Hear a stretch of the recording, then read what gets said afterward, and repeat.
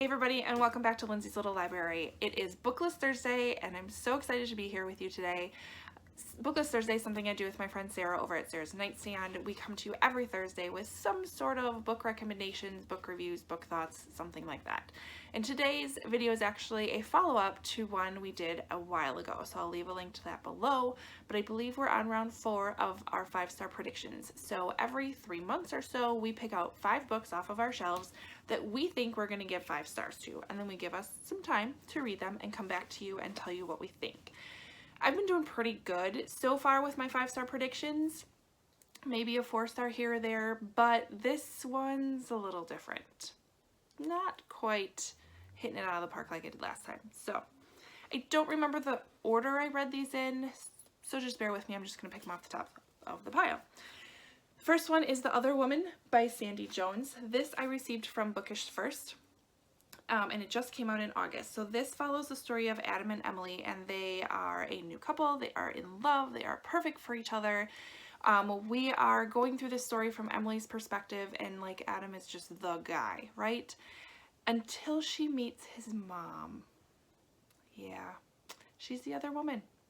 Not so great. Not so great. So I did really like this book. There was definitely some psychological twists to it that I wholeheartedly enjoyed. I couldn't give it a 5-star though. There was just a little bit of an unbelievable aspect to it. And if you want to talk about it down below, we definitely can, but it just couldn't quite give it the 5 stars I wanted to. It just, there's parts of the story I had problems with. So all in all though, guys, it's still a 4-star book. It's still good. Definitely pick it up. Don't think it's bad. It's very good. And it's nice and short and it keeps the pages turning. There's just, I couldn't quite give it that 5 stars. So the next one that I'm going to talk about, I did give 5 stars to, and I don't have the book anymore because I've already lent it out to a friend because it's really good. I read What She Left Behind by Ellen Marie Wiseman, so a little bit of a picture of it. This is an older book by Ellen Marie Wiseman. If you remember, I fell in love with her as an author when I read The Life She Was Given. But this one follows, again, Ellen is really good at dual time perspectives, so you usually have somebody from the past and somebody from present day. There's going to be a connection somewhere, so that's always the best part of the mystery. But this one centers around an insane asylum, right? So this woman was committed. Basically, she wanted to marry who her father was not okay with, and so her father basically had her put away as if she was crazy in an asylum. So we have that story that we follow, and then present day is a character who is, she is in a foster home, and the parents are cataloging what was found in this asylum, and so she's learning about these people who live there. But 5 stars. For sure. It was amazing. It is awesome. Ellen Marie Wiseman is like shooting to the top of my list of favorite authors really quickly. So very good book. All right, next up we have, I'm trying to catch up on my Jodi books because I know, shocking guys, I haven't read them all. Yeah, I know. So I decided to pick up one of her older ones. This one is Sing You Home. This one, the main kind of battle in this book is there was a husband and wife, Zoe and Max, I believe. Or am I just saying that because I have a Max? Oh, guys, I just read this one too. Yes, Zoe and Max. They were married. They were trying to have children for years and years and had some hard times through it and ended up getting a divorce. Zoe ends up falling in love with one of her friends, Vanessa, and they decide that they want to now have children. Zoe cannot anymore, but remembers that when she was married with Max, they had 3 embryos frozen, and they want to use one of those and have a family of their own. So it's very good, heart-wrenching. As always, Jodi is just impeccable at making you really see both sides of the story and not really sure what is right, what is wrong. There's no black and white with this. It's a whole bunch of gray. Very interesting book. I loved it. Definitely 5 stars. As always, Jodi, love it. Then we picked up A Court of Frost and Starlight by Sarah J. Maas. Now, I love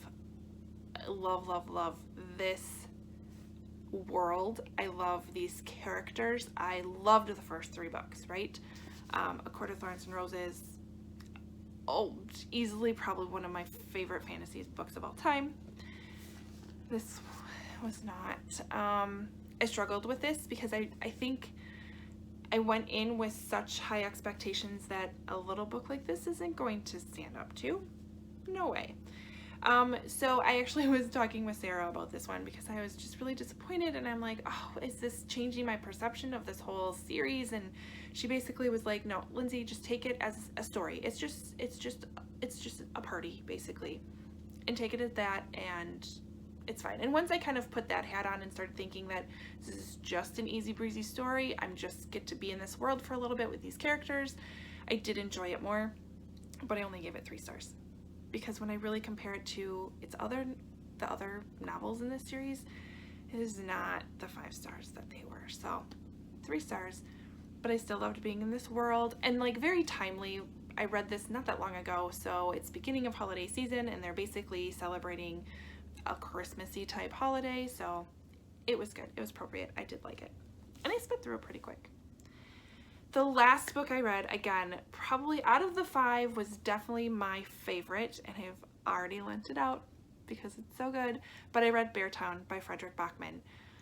Oh, 5 stars all around. I buddy read that with Krista from Books and Jams, and I highly encourage you to buddy read that book with somebody because there's so much to talk about. So much to talk about. You think it's just a book about a hockey town, and it is way more than that, and it is so relevant to today's world, and at the time when I was reading it, there's some pretty big national type things happening that just, it couldn't have been more perfect. So it was really good.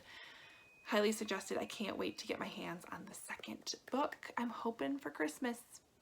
I'm hoping, fingers crossed. So still in a book buying ban, so I can't just pick it up myself. But yeah, those are the 5 books that I read with my 5-star predictions. I gave 3 of them 5 stars, 1 4-star, and 1 3-star. So not too bad. Not too bad at all. Make sure you tune in next week for BookList Thursday because we'll have our next round of 5-star predictions, and you definitely want to watch that one for sure.